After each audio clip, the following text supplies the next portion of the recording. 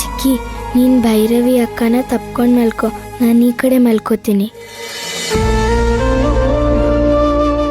ಏನೂ ಇಲ್ಲ, ಅವಳು ದೊಡ್ಡೋಳಲ್ವಾ, ಎಲ್ಲ ಅರ್ಥ ಮಾಡ್ಕೊಳ್ತಾಳೆ. ಇನ್ನೂ ಅರ್ಥ ಮಾಡ್ಕೋಬೇಕಾಗಿರೋದಿದೆ. ನೀನ್ ಮಲ್ಕೋ.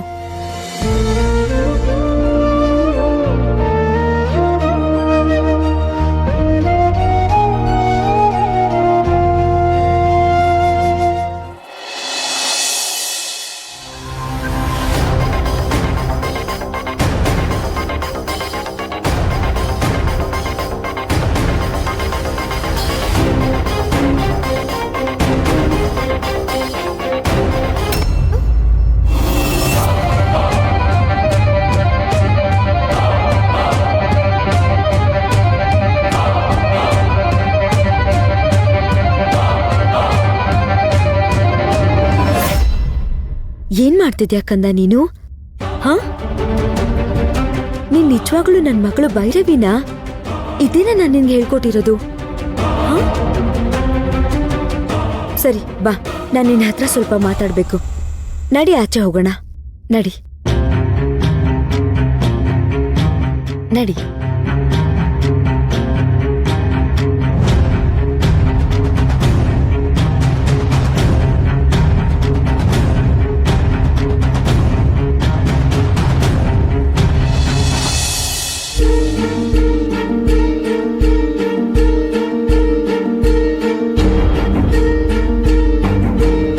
ಕೂತ್ಕೋ.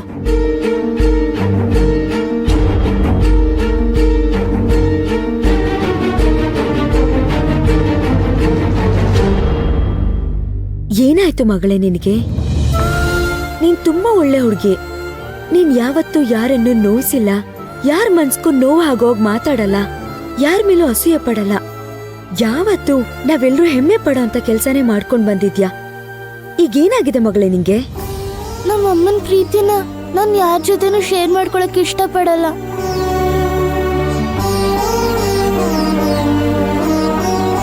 ನೋಡು ಪುಟ್ಟ, ಪ್ರೀತಿ ಮತ್ತೆ ವಿದ್ಯೆ ಇವನ್ನೆಲ್ಲ ಶೇರ್ ಮಾಡ್ಕೊಂಡಷ್ಟು ಜಾಸ್ತಿ ಆಗುತ್ತಂತೆ.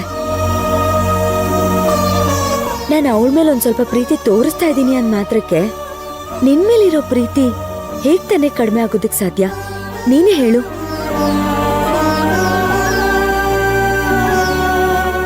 ಮತ್ತೆ ನೀನ್ ನನಗ್ ಊಟ ಮಾಡಿಸ್ತಾ ಇದ್ದ, ಈಗ ಅವಳು ಊಟ ಮಾಡಿಸ್ತಾ ಇದ್ಯಾ. ನನ್ನನ್ನ ತಪ್ಕೊಂಡ್ ಮಲ್ಕೋತಿದ್ದ, ಈಗ ಅವಳನ್ನ ತಪ್ಕೊಂಡ್ ಮಲ್ಕೋತಿದ್ಯಾ. ಚಿನಿ, ಅವಳಿ ಮನೇಲಿ ಇನ್ನೆಷ್ಟು ದಿವಸ ಇರ್ತಾಳೆ ಹೇಳು? 1 ವಾರ ತಪ್ಪದ್ರೆ 10 ದಿವಸ ಅಲ್ವಾ? ನಿನಗೂ ಗೊತ್ತೈತೆ ತಾನೆ ಅವಳಿಗೆ ಅಪ್ಪ ಅಮ್ಮ ಯಾರೂ ಇಲ್ಲ ಅಂತ. ನೋಡು, ಮಕ್ಕಳಿಗೆ ತಂದೆ ತಾಯಿ ಇಲ್ಲ ಅಂತಂದ್ರೆ ಆ ಜೀವನ ಒಂಥರ ನರ್ಕ. ಅದನ್ನ ನಾನು ಅನುಭವಿಸಿದೀನಿ ಪುಟ್ಟ. ಆ ಥರ ಜೀವನ ಯಾರಿಗೂ ಬೇಡ. ಹೊಟ್ಟೆ ಹಸ್ವಾಯ್ತು ಅಂತಂದ್ರೆ ಹಸ್ವಾಗ್ತಿದೆ ಅಂತ ಗೊತ್ತಾಗುತ್ತೆ. ನನ್ಗೆ ಹಸ್ವಾಗ್ತಿದೆ, ಊಟ ಕೊಡಿ ಅಂತ ಯಾರನ್ನ ಕೇಳಕ್ಕೂ ಒಂಥರ ಮುಜುಗರ ಆಗತ್ತೆ. ಯಾರನ್ನೇ ನೋಡಿದ್ರು ಅವ್ರು ನಮ್ಗೇನ್ ಮಾಡ್ಬಿಡ್ತಾರೋ ಅಂತ ಭಯ ಆಗತ್ತೆ.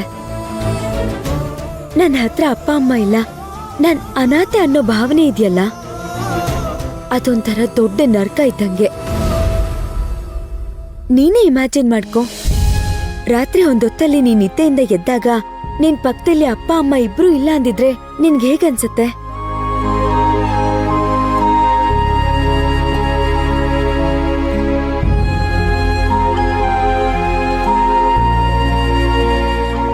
ಕಲ್ಪನೆ ಮಾಡ್ಕೊಳಕ್ಕೆ ನಂಗೆ ಭಯ ಆಗುತ್ತ ಅಲ್ವಾ ಮತ್ತೆ?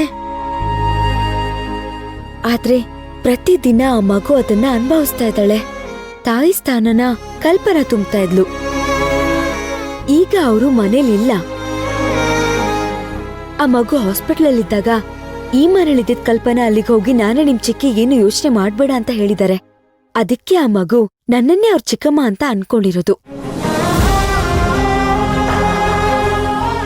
ಆ ಮಗು ಏನೋ ಈ ಮನೆ ಆಸ್ತಿಗೋಸ್ಕರ ಬಂದಿಲ್ಲ, ಪ್ರೀತಿನ ಬೇಡ್ಕೊಂಡ್ ಬಂದಿದ್ದಾಳೆ. ನಾವೇ ಅವಳನ್ನ ಅವಮಾನ ಮಾಡಿದ್ರೆ ಆ ಪುಟ್ಟ ಮನ್ಸು ತಡೆಯತ್ತಾ ಹೇಳು? ನಾವು ಚೆನ್ನಾಗಿದ್ದೀವಿ ಅಂತ ಕಷ್ಟದಲ್ಲಿರೋರ್ಗೆ ನೋವಿಸ್ಬಾರ್ದಲ್ವಾ ಕಂದ? ಅಂತವ್ರನ್ನ ನಾವೇ ಅಲ್ವಾ ನೋಡ್ಕೋಬೇಕಾಗಿರೋದು. ಮಗು ಮಹಾ ಅಂದ್ರೆ ಏನ್ ಕೇಳುತ್ತೆ? ಎರಡ್ ಕೈತು ತನ್ನ ಪ್ರೀತಿಯಿಂದ ಎರಡ್ ಮಾತು. ಅದು ಅವಳಗ್ ಸಿಗ್ಬಾರ್ದು ಅಂತ ಅಂದ್ರೆ ಹೇಗೆ? ನೆಂಟ್ರು ಬರ್ದೇ ಇರೋ ಮನೆ ಸ್ಮಶಾನದ ಸಮ ಅಂತೆ. ಯಾವ ಮನೆಗೆ ನೆಂಟ್ರು ಬಂದು ಹೋಗಿ ಮಾಡ್ಕೊಂಡಿರ್ತಾರೋ ಅದೇ ಮನೆ ಅಂತ ಅನ್ನಿಸ್ಕೊಳ್ಳೋದು. ಅತಿಥಿ ದೇವೋಭವ ಅಂತ ಹೇಳ್ತಾರೆ ಗೊತ್ತಲ್ವಾ? ಹಾಗೆ ನೆಂಟ್ರು ಅಂತ ಅಂದ್ರೆ ದೇವ್ರಿದ್ದಾಗೆ. ಯಾವ ಮನೇಲಿ ದೇವಸ್ಥಾನದ ವಾತಾವರಣ ಇದೆಯೋ ಅಲ್ಲಿಗೆ ನೆಂಟ್ರು ಬರೋದು. ಒಂದಂತೂ ಸತ್ಯ, ನೀನೇ ನನ್ ಮುದ್ದಿನ ಮಗಳು. ನನ್ ಮನ್ಸಲ್ಲಿ ಮೊದಲನೇ ಸ್ಥಾನ ನಿನಗೆ ಇರೋದು. ಅದ್ಯಾವತ್ತೂ ಬದ್ಲಾಗಲ್ಲ. ಅವಳಿರೋದು ನಿನ್ಗಿಷ್ಟ ಇಲ್ಲ ಅಂತ ಅಂದ್ರೆ ಹೇಳು, ಅವ್ರ ತಾತನ ಕರ್ಸಿ ಕಳಿಸ್ಬಿಡ್ತೀನಿ.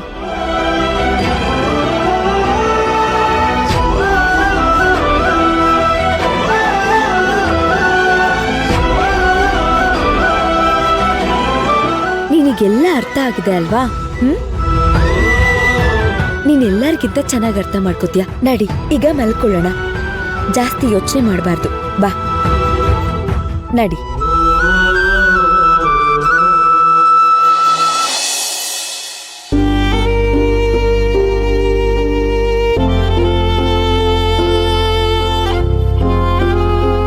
ದಿಶಾ,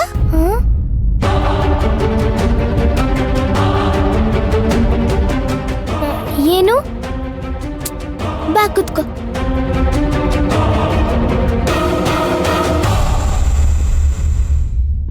ಸಾರಿ ದಿಶಾ, ಇಷ್ಟ ದಿವಸ ನಾನ್ ನಿನ್ ಜೊತೆ ಜಗಳ ಮಾಡ್ತಿದ್ದೆ. ನಿನ್ಗೆ ಹರ್ಟ್ ಆಗೋ ತರ ನಡ್ಕೋತಿದ್ದೆ. ಅಮ್ಮ ನಿಂಗೆ ಊಟ ಮಾಡ್ಸಕ್ ಬಂದಾಗ ಹೊಟ್ಟೆ ಕಿಚ್ಚು ಬರ್ತಾ ಇದ್ದೆ. ನಿನ್ನ ಅಮ್ಮನ ಜೊತೆ ಮಲಗಿದಾಗ ಗಿಲ್ಲಿದ್ದೀನಿ. ಆಮೇಲೆ ನಿನ್ನ ಕರ್ಕೊಂಡು ಹೋಗಿ ವಾರ್ನಿಂಗ್ ಮಾಡಿದ್ದೀನಿ. ಪಾಪ ನೀನಿದನ್ನೆಲ್ಲ ಸಹಿಸ್ಕೊಂಡಿದ್ಯಾ. I am sorry. ಇನ್ ಮುಂದೆ ನೀನು ನಾನು ಇಬ್ರು ಫ್ರೆಂಡ್ಸು, ಓಕೆ?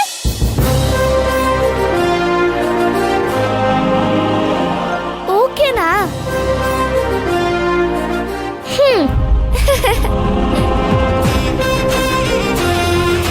ಇನ್ಯಾವತ್ತೂ ನಿನ್ ಜೊತೆ ಜಗಳ ಮಾಡಲ್ಲ, ನಿನ್ನ ನೋಯಿಸಲ್ಲ. ನಿಜ ಹೇಳ್ತಾ ಇದೆಯಾ ಭೈರವಿ? ಹೌದು. ಇವತ್ತು ನೀನು ನಾನು ಒಟ್ಟಿಗೆ ಆಟಾಡೋಣ, ಊಟ ಮಾಡೋಣ, ಒಟ್ಟಿಗೆ ಮಲ್ಗೋಣ. ಇಬ್ರು ಜಗಳ ಆಡೋದ್ ಬೇಡ, ಓಕೆನಾ? ಓಕೆ. ಈಗೇನ್ ಆಟಾಡೋಣ? ಐಸ್ ಪೈಸ್ ಆಡೋಣ, ಅಥವಾ ಸೈಕಲ್ ತುಳಿಯೋಣ, ಅಥವಾ ಬಾಲ್ ಆಡೋಣ?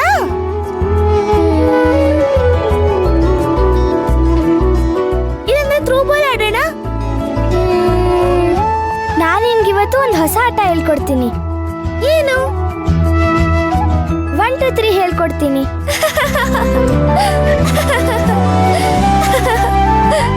ಫೋರ್ತ್ ಸ್ಟ್ಯಾಂಡರ್ಡ್ ನಾನು. ನನಗೆ 1 2 3 ಹೇಳ್ಕೊಡ್ತೀಯಾ? ನನಗೆ 1 2 3 ಬರುತ್ತೆ.